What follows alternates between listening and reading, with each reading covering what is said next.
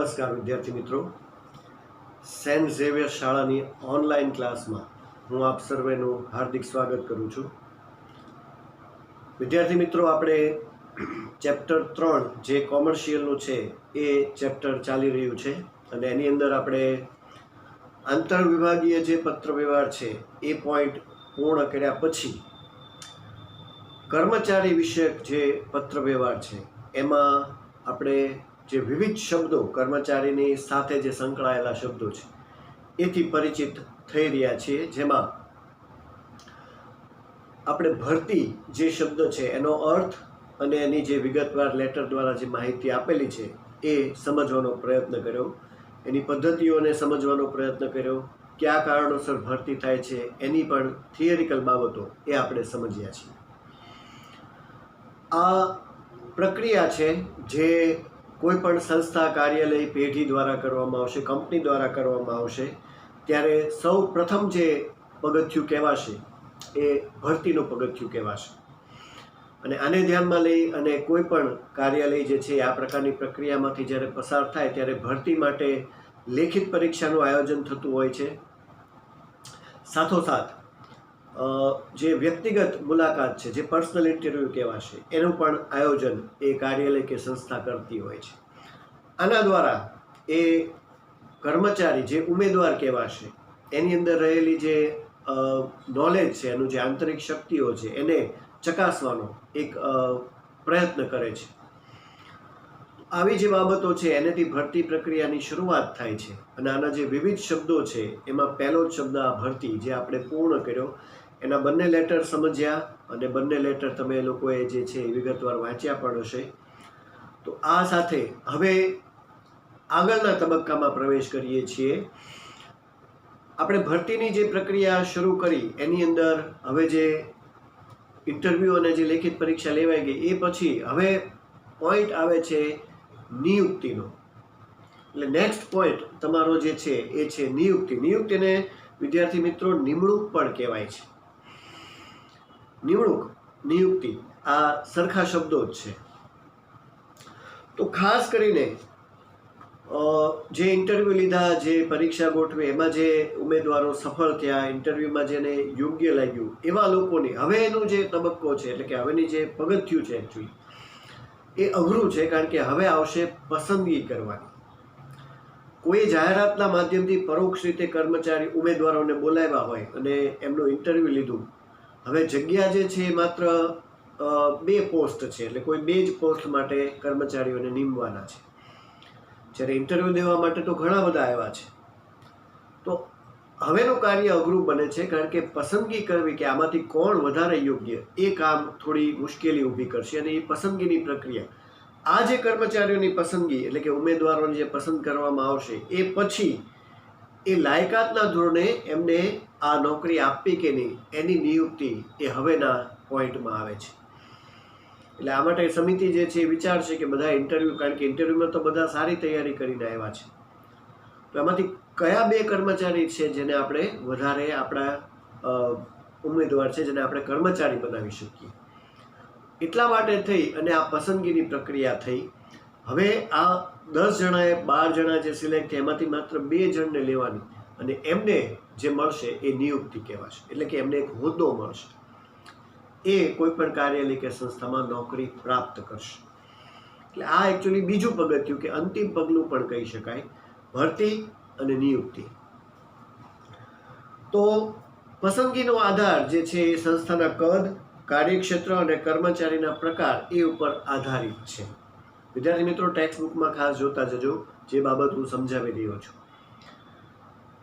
કાર્યાલય સંસ્થા કેવડું કદ ધરાવે એટલે કેટલી મોટી છે, એનું કાર્યક્ષેત્ર શું છે અને કર્મચારીઓનો પ્રકાર, એકાઉન્ટન્ટની જરૂર છે, મેનેજરની જરૂર છે, એ મુજબ એનો પ્રકાર નક્કી થશે. એ નક્કી કરીને જ આ પસંદગીની આખી પ્રક્રિયા ચાલતી હોય છે અને એ મુજબ જ ઇન્ટરવ્યૂ ને બધું જે છે ગોઠવાતું હોય છે. આમાંથી જે પસંદગી પામેલ જે અરજદારો, ઉમેદવારો છે એમને નિયુક્ત કરવામાં આવશે. એટલે એ સ્વરૂપે આને નિયુક્તિ કહેવામાં આવશે. પણ તમને પ્રોપર નિયુક્તિનો અર્થ જે છે એ આપ્યો નથી. એક્ઝેક્ટ એવું ન કહી શકે કે આ નિયુક્તિની જ વ્યાખ્યા છે જેમ ભરતીની હતી એમ. એટલે નિયુક્તિની એક્ઝેક્ટ વ્યાખ્યા નથી, પણ એક નાની એવી જે આમાં થિયરીમાં પોઈન્ટ આપ્યો છે એ મુજબથી જે એની મુજબ જે વ્યાખ્યા બનાવી છે એ તમે ખાસ જુઓ કે નિયુક્તિનો અર્થ થાય છે કર્મચારીને નોકરી માટે પસંદ કર્યા પછી, કર્મચારીની નોકરી માટે પસંદગી કર્યા પછી તેને જે કાર્ય માટે પસંદ કરવામાં આવ્યો હોય, એટલે ભરતીમાં પસંદગી કરવાની છે, હવે જે પોઈન્ટ છે પસંદગી તરફ ચાલે છે, પછી એટલે એને જે કાર્ય માટે પસંદ કરવામાં આવ્યો હોય તે અનુસાર તે હોદ્દા પર તેની નિયુક્તિ કરવી, આવી એક વ્યાખ્યા બની શકે છે. એક્ઝેક્ટ આ વ્યાખ્યા છે એવું નથી કહેતો, પણ આ રીતે શબ્દોને વ્યાખ્યાયિત કરી શકાશે. તો એ અનુસાર એને હોદ્દા ઉપર નિયુક્ત કરવો એટલે કે એની નિમણૂક કરવી એ નિયુક્તિ છે. નિમણૂક નિયુક્તિ સરખા શબ્દો છે. અને આ માટે આવા જે ઉમેદવારો સફળ થયા છે, બરાબર, જે ઉમેદવાર સફળ થયા છે એમને હવે એમાંથી પસંદગી કરીને કોઈ 2 ઉમેદવારને લેવાના છે, તો એમને નિયુક્તિ પત્ર, જેને નિમણૂક પત્ર કહેવાય, એ પણ આપવામાં આવે છે. બરાબર, એમને જાણ કરવી પડે છે. એટલે કંપની સંસ્થા એમને એક પત્ર લખે છે કે તમે જે ઇન્ટરવ્યૂ આપ્યું તેમાં તમે સફળ થયા છો, તમને આ નિમણૂક પત્ર દ્વારા જે તે હોદ્દા ઉપર નિયુક્તિ આપવામાં આવે છે, નિમણૂક આપવામાં આવે છે. એવા પત્રને નિમણૂક પત્ર કહેવાશે, નિયુક્તિ પત્ર કહેવાશે. બરાબર, તો આ કાર્ય થોડું અઘરું છે, કારણ કે જરૂર પૂરતા જ ઉમેદવારની પસંદગી કરવાની છે. એ પસંદગી કરીને હોદ્દા ઉપર મૂકવાની જે જાણ કરવી એટલે નિયુક્ત કર્યા કહેવાશે, અને એ માટે જે પત્ર છે એને નિયુક્તિ પત્ર કહેવાશે. બરાબર, એટલે હવે આ નિયુક્તિ પત્ર મળ્યા પછી એ હોદ્દો સ્વીકારે એટલે એ કર્મચારી બનશે. અત્યાર સુધી ઉમેદવાર હતા, ત્યાર પછી એ કર્મચારી બનશે. તો આ બાબતે આ નિયુક્તિ અને એનો જે પત્ર છે એની થોડી સમજ આપણે મેળવી. આ સાથે તમને આપ્યું છે કે આ જે પત્ર મોકલવામાં આવે છે, જે તમને એટલે કે જે ઉમેદવારે જે ઇન્ટરવ્યૂ આપ્યો અને એમાં સફળ થયા છે એમને નિયુક્તિ પત્ર સંસ્થા કાર્યાલય મોકલે છે. આ નિયુક્તિ પત્રમાં કઈ વિગતોનો સમાવેશ થાય છે એ તમને તમારી ટેક્સ્ટબુકમાં આપ્યું છે. આપણે એને એક પછી એક સમજતા જઈએ. આ લેટરની પણ માહિતી છે, સમાવાતી વિગતો. બરાબર, તો જે આ પત્ર મોકલવામાં આવે છે સફળ ઉમેદવારને, એમાં શું લખાય છે, કઈ રીતે શરૂઆત અને કઈ રીતે અંત તરફ જાય છે, એ આખી વિગત તમને આ 7 પોઈન્ટમાં આપેલી છે. આપણે એક પછી એક પોઈન્ટ જોઈએ છીએ કે નિયુક્તિ પત્રમાં સમાવતી વિગતો શું છે. તો પહેલો પોઈન્ટ જે આવે છે એ છે કે નિયુક્તિ પત્રની જે શરૂઆત, તમે જે પત્રની શરૂઆત કરશો આપણે પેરેગ્રાફની રીતે, ત્યારે એમાં અભિનંદન દ્વારા શબ્દોની શરૂઆત થશે. હંમેશા અભિનંદનથી શરૂઆત, કારણ કે આટલા બધા લોકોએ લેખિત પરીક્ષા આપી, ઇન્ટરવ્યૂ આપ્યા, એમાંથી આ સફળ થયા છે, એટલે સફળતા માટે એમને અભિનંદનથી શરૂઆત થશે. ત્યાર પછી ખાસ આ પત્રમાં ઉલ્લેખ કરવાનો છે કે એમને કયા હોદ્દા માટે એ નિમણૂક કરવામાં આવી છે કે નિયુક્તિ કરવામાં આવી છે, હોદ્દાનો ઉલ્લેખ કરવાનો. નિયુક્તિમાં 3 પોઈન્ટ આપ્યા છે: અજમાયશી, કાયમી અને હંગામી ધોરણે કરવામાં આવી છે. એટલે આ 3 પ્રકાર છે. કાયમી આપણે સમજી શકીએ જે કાયમી સ્વરૂપે છે. ત્યાર પછી છે એક અજમાયશી. અજમાયશી એટલે અમુક પ્રોબેશન કહેવાય, કે અમુક સમય માટે તમારે મેમોના પત્રમાં, જે મેમોનો આપણે જે વિષય જોયો તો એમાં અજમાયશી સમયગાળો લંબાવવાનો એવો બીજો પત્ર હતો, ત્યારે મેં તમને અજમાયશી સમજાવ્યું. એ જ પોઈન્ટ છે કે જેમાં તમને અમુક પ્રોબેશન પીરિયડ ઉપર લેવામાં આવશે અને એ સમય પછી તમને કદાચ કાયમી પણ કરી દેવામાં આવે. બીજું એક છે હંગામી ધોરણે, જેમાં બહુ ટૂંકા સમયમાં 2 મહિના, 3 મહિના, 4 મહિના એવી રીતે એક કામગીરી માટે લેવામાં આવે અને પછી આગળ જે કાંઈ પ્રક્રિયા છે એ મુજબ કાયમી કરવા કે એનો નિર્ણય લેવાશે. તો આમાંથી 3માંથી કયા માટે એમની નિમણૂક કરવામાં આવે છે એ ખાસ આ પત્રમાં જણાવવાનું હોય છે. જો અજમાયશી ધોરણે હોય તો અજમાયશીનો સમયગાળો કેવો પડે છે, અને અજમાયશી લગભગ 1, 2 વર્ષ, 3 વર્ષ જેવા સમયમાંથી હોય છે, જે વિશે આપણે મેમોમાં સમજી ચૂક્યા છીએ. તો એ માટે સમયગાળો કહેવાનો છે. બીજું, નિયુક્તિ પત્રમાં કર્મચારીને મળવાપાત્ર પગાર, ભથ્થા અને ઇજાફાની માહિતી આપવાની. કેટલો પગાર મળવાપાત્ર છે, જે કાંઈ હોદ્દા માટે એમની નિમણૂક થઈ છે, એમને ભથ્થું, ભાડા ભથ્થું જે છે. બીજું ઇજાફો એટલે જે વધારો છે, બીજા જે મેડિકલ એલાઉન્સ છે, લાભ છે, બધા એ સંપૂર્ણ માહિતી પણ આની અંદર પત્રમાં આપવી પડે છે. એટલે દરેક સંસ્થા જે કોઈ ઉમેદવારને પસંદ કરે છે એને પહેલાં નિયુક્તિ પત્ર દ્વારા જાણ કરે છે કે તમને આ હોદ્દા માટે પસંદ કરવામાં આવ્યા છે. અને તમારી નિયુક્તિ કે નિમણૂક કરવામાં આવી છે. ત્યાર પછી બાબત કીધી છે કે સ્વીકૃતિ પત્ર મોકલવાનું ઉમેદવારને જણાવવામાં આવે છે અને અથવા નોકરી પર કેટલા દિવસમાં હાજર થવું તે કહેવા માટે એમને પત્ર દ્વારા જાણ કરાય છે. ઉમેદવારને પણ સ્વીકૃતિ પત્ર મોકલવા માટે ખાસ કહેવાય છે કે ભાઈ તમને આ નોકરી માટે અમે તો નિમણૂક આપી છે, પણ તમને આ જે નોકરી છે એ સ્વીકાર્ય છે કે નહીં એ માટે તમે સંસ્થાને જાણ કરો. ઘણા ઉમેદવારોને નોકરી સ્વીકાર્ય ન હોય, ભલે એમણે ઇન્ટરવ્યૂ આપ્યો હોય, સફળ થયા હોય તો સંસ્થાને ખબર પડે કે આ વ્યક્તિને નોકરી નથી કરવી, એવું કોઈ કારણ હોય તો એ કરી શકાય, અથવા સ્વીકારી હોય તો એ માટે પણ એ જણાવી શકે છે. કેટલા દિવસમાં હાજર થવું એ પણ ઘણીવાર સંસ્થાઓ કહેતી હોય છે કે ભાઈ તમારે આ પત્ર મળ્યાથી 7 દિવસ કે 10 દિવસમાં હાજર થઈ જવાનું છે કે આ તારીખે હાજર થવાનું છે. પણ એવું પત્રમાં વાક્ય રચના આવી શકે છે.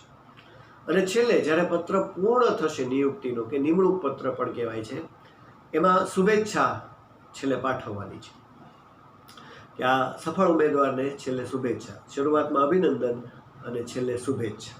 બરાબર. આ ચેપ્ટરમાં આપણે વેઇટેજ તમને ખ્યાલ છે, કયા સેક્શનમાંના પ્રશ્નો પૂછાય છે એ પણ ખ્યાલ છે. એટલે આ બધા જે છે શોર્ટ ક્વેશ્ચન્સની રીતે તમને આવી શકે છે. એના અનુસંધાને આમાં 2 પોઈન્ટ તો એકદમ સરળ થઈ જશે. તમને એવો પ્રશ્ન પૂછાય કે નિયુક્તિ પત્રમાં સમાવતી વિગતો જણાવો, તો પહેલું અભિનંદનથી શરૂઆત અને છેલ્લો શુભેચ્છાથી અંત આવે છે. 2 પોઈન્ટ તો આમનામ જ યાદ રહી જાય એવા છે. બાકીના તમારે અનુકૂળતા મુજબ જે યાદ રહે એ યાદ રાખી લેવાના છે. તો એ રીતે આખો પ્રશ્ન તમે સરળતાથી માર્ક્સ મેળવી શકશો. તો આ વાત થઈ નિયુક્તિ પત્રમાં. તો જ્યારે કોઈ સંસ્થા કાર્યાલય કોઈ ઉમેદવાર જે સફળ થયો છે અને જ્યારે આ પ્રકારે પત્ર દ્વારા જાણ કરે છે ત્યારે એ પત્રમાં શું બાબતો લખાય છે, આ ધ્યાનમાં રાખવા લાયક બાબતોની રીતે પણ આ પોઈન્ટ કહેવાશે.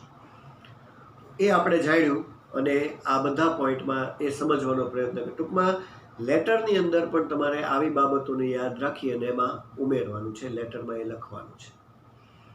બરાબર. તો આગળ વધીએ છીએ વિદ્યાર્થી મિત્રો, અને હવે પછીનો પોઈન્ટ તરફ જઈએ છીએ જે હવે લેટર છે. નિયુક્તિ પત્ર. આ જે સંસ્થા કાર્યાલય કંપની જે કાંઈ કહીએ પેઢી એ જે પત્ર દ્વારા કર્મચારીને જે જાણ કરે છે એને સફળ ઉમેદવારને નિયુક્તિ પત્ર લખે છે. અને આ નિયુક્તિ પત્રનો તમને જે થિયરિકલ બાબત હોય તો મેં સમજાય. હવે એનો નમૂનો જે પત્રનો આપ્યો છે એ ઉપરથી આપણે વધારે સમજી શકશું કે આ પત્રમાં એકચ્યુઅલી શું લખાતું હોય છે. છતાં પણ ઉપર તો બાબતો છે જ તે સમાવાતી, તો પણ આપણે પ્રેક્ટિકલ એનો પત્ર સમજીએ છીએ કે આ પત્રમાં એકચ્યુઅલી શું બાબતો કહેવામાં આવે છે. બરાબર. આ ઉમેદવાર હતા, એટલે કે એમણે જ્યારે સંસ્થાએ કોઈ જાહેરાત આપી કે કોઈ પણ રીતે એમણે જે કાંઈ જાણ કરી એ મુજબ આ ઉમેદવારે પોતાની અરજી કરી. સંસ્થાએ એમને લેખિત પરીક્ષા માટે બોલાવ્યા, એમાં એ સફળ થયા. વ્યક્તિગત ઇન્ટરવ્યૂ લીધું, એમાં પણ સફળ થયા. હવે સંસ્થા એમને જે કાંઈ હોદ્દા છે એ માટે નિયુક્તિ આપે છે, પણ ઉમેદવારને એમના ઘરના સરનામે એ જાણ કરે છે. હજી આ બધા ઉમેદવાર જ છે. તો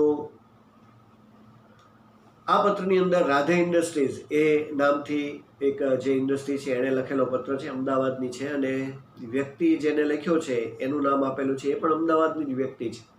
પણ જુઓ કે ઉમેદવાર જ હજી કહેવાશે, કારણ કે કંપનીએ કે સંસ્થાએ તો એને નિમણૂક આપી દીધી, નિયુક્તિ આપી દીધી, પણ હજી એને એ જાણ કરે છે એટલે એ એના ઘરના સરનામે લખશે.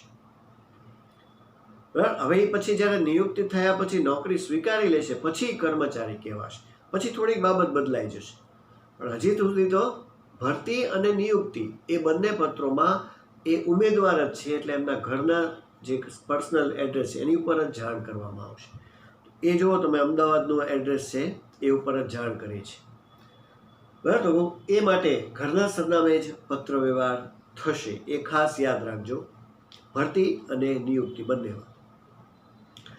આ જે પત્ર છે એની અંદર વિષય છે આસિસ્ટન્ટ મેનેજરની નિમણૂક અંગે. નિયુક્તિ નિમણૂક એ સરખા શબ્દો કહેવાશે. હોદ્દાની વાત કરી હતી તો હોદ્દાનો ઉલ્લેખ થઈ ગયો છે, છતાં પણ આપણે એ જોઈએ છે. તો વિષય આવી ગયો કે નિમણૂક આસિસ્ટન્ટ મેનેજર એવા પોસ્ટ માટે એમને ઉમેદવાર તરીકે નીમવામાં આવ્યા, એટલે એ સફળ થયા છે.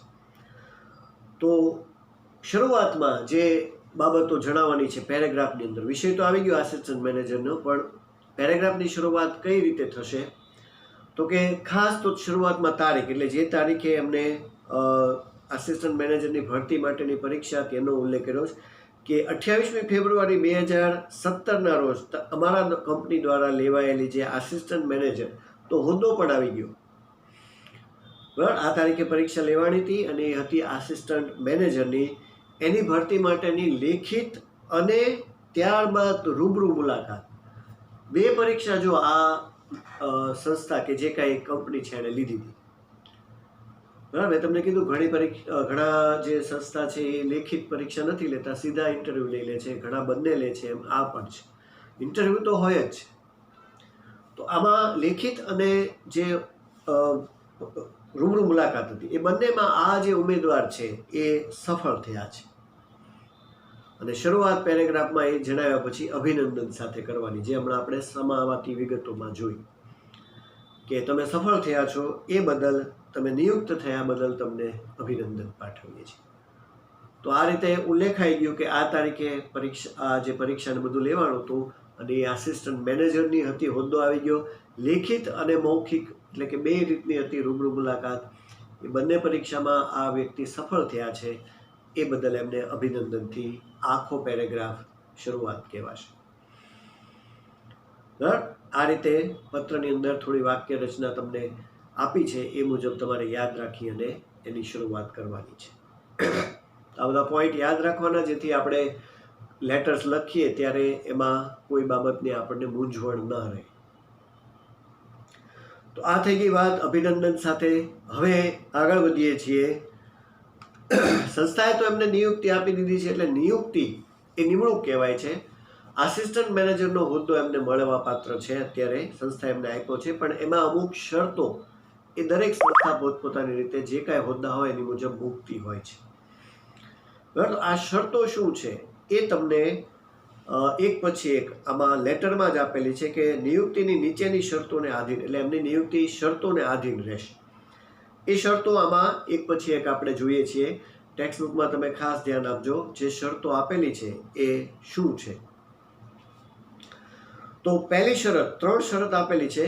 એમાં જે પહેલી શરત છે કે ફરજ ઉપર હાજર થયાથી 1 વર્ષના સમયગાળા દરમિયાન આપની નિયુક્તિ અજમાયશી ધોરણે થશે, એટલે કે રહેશે, બરાબર. ઉપર આપ્યું હતું કાયમી, હંગામી કે અજમાયશી, એનો ઉલ્લેખ ખાસ પત્રમાં થવો જોઈએ. અહીંયા ફરીવાર મેમોની જેમ અહીંયા વાત કરે છે કે આ અજમાયશી ધોરણે છે, બરાબર. 1 વર્ષનો સમયગાળો, 1 વર્ષ માટે એમને પ્રોબેશન જે છે એ સમયગાળામાં લેવામાં આવશે, એટલે એની 1 વર્ષની જે છે એ સમયમાં નિમણૂક થઈ છે. સાથે સાથે એ જ શરતમાં કીધું છે કે આ સમય દરમિયાન, એટલે કે આ 1 વર્ષના સમય દરમિયાન આપની કામગીરી સંતોષકારક જણાશે તો આપને કાયમી કર્મચારી તરીકે નિમણૂક કરી દેવામાં આવશે. 1 વર્ષમાં વ્યક્તિની કામગીરી, હવે જે છે ઘણી બધી સંસ્થાઓ, બેંક, આ બધા જે છે આ પ્રકારની જે છે એ નિમણૂક આપતા હોય છે. પહેલાં તમને 1-2 વર્ષ માટે અજમાયશી લે અને ત્યાં તમારું કામ સારું હોય તો તમને આગળના લાભથી કાયમી કેવી રીતે કરી દેવામાં આવે છે, બરાબર. આ રીતે આ જે કંપની છે એણે પણ સેમ પ્રોસિજર કરી છે કે 1 વર્ષમાં તમારી કામગીરી સંતોષકારક રહી તો ત્યાર પછી તમને કાયમી નિમણૂક મળશે, બરાબર. આ પહેલી શરત છે. એટલે વ્યક્તિએ આ શરતો વાંચી અને પછી જ પોતાની હા પાડવી જોઈએ કે સ્વીકૃતિ મોકલવી જોઈએ. ત્યાર પછી બીજી એક શરત આપી છે, નિમણૂક 9,525 13,000ના ગ્રેડમાં કરવામાં આવશે, બરાબર. આ પગાર ધોરણની વાત કરેલી છે, જેમાં ઇજાફો જે આગળ કીધું છે, ભથ્થા, એની બધી વાત જે છે એ આ બેઝિક જે પગાર કહી શકાય એ રીતે આંકડા લખ્યા છે. તમે આને અંદાજિત થોડા આંકડા જે છે બતાવી શકો છો. અને આની ગ્રેડની જો માહિતી તમારે વધારે સમજવી હોય તો તમે ઓફિસમાં જે ક્લાર્ક હોય એમની પાસે જઈને પણ આ માહિતી જે છે એ સમજી શકો છો કે આ કઈ રીતે ગ્રેડ બને છે, બરાબર. તો એની થોડી વાત કરેલી છે. મળવાપાત્ર ભથ્થા, રજાઓ અજમાયશી સમય પૂરો થયા બાદ આપ હકદાર રહેશો. રજાઓ અજમાયશી સમય પૂરો થયા બાદ આપ હકદાર રહેશો, એટલે એના નિયમાનુસાર બધી રજાઓને બધું મળવાપાત્ર રહેશે, બરાબર. તો એ મુજબ આ બીજી શરત છે, એટલે કે એમનો પગાર લગભગ જે છે આટલો રહેશે. 9,525 13,000નો ગ્રેડ છે. એમાં એમને ટૂંકમાં મળવાપાત્ર 9,000 રહેશે, કુલ પગાર 13,000 એવું કહેવાતું હોય છે, અને એમાંથી કપાત થઈને એટલા હાથમાં આવશે. તો આ આસિસ્ટન્ટ મેનેજરનો શરૂઆતીય પગાર છે, અને એ રીતે થોડી વાત કરી છે.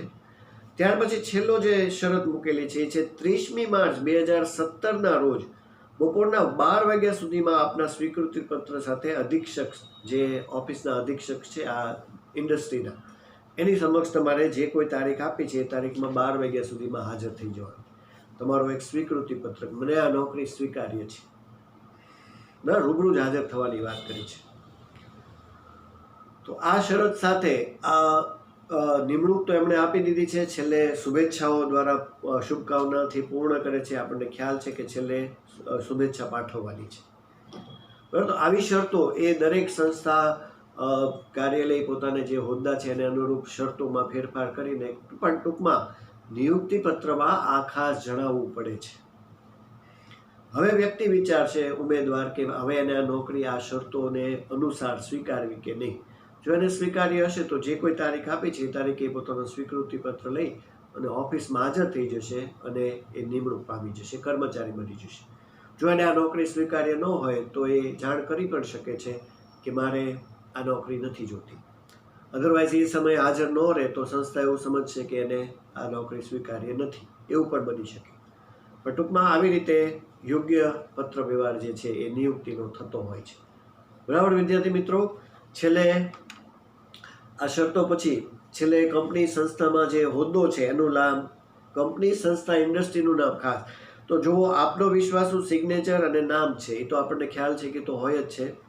છેલ્લે વહીવટી અધિકારી હોદ્દો થઈ જશે, એ ખાસ લખવાનો, અને જે ઇન્ડસ્ટ્રી કંપની જે કાંઈ લખે છે સંસ્થા, એનું નામ રાધે ઇન્ડસ્ટ્રી છે એ પણ છેલ્લે ખાસ લખવાનું, કારણ કે આ મેનેજર કે જે કાંઈ અધિકારી છે એ એના વતી લખે છે.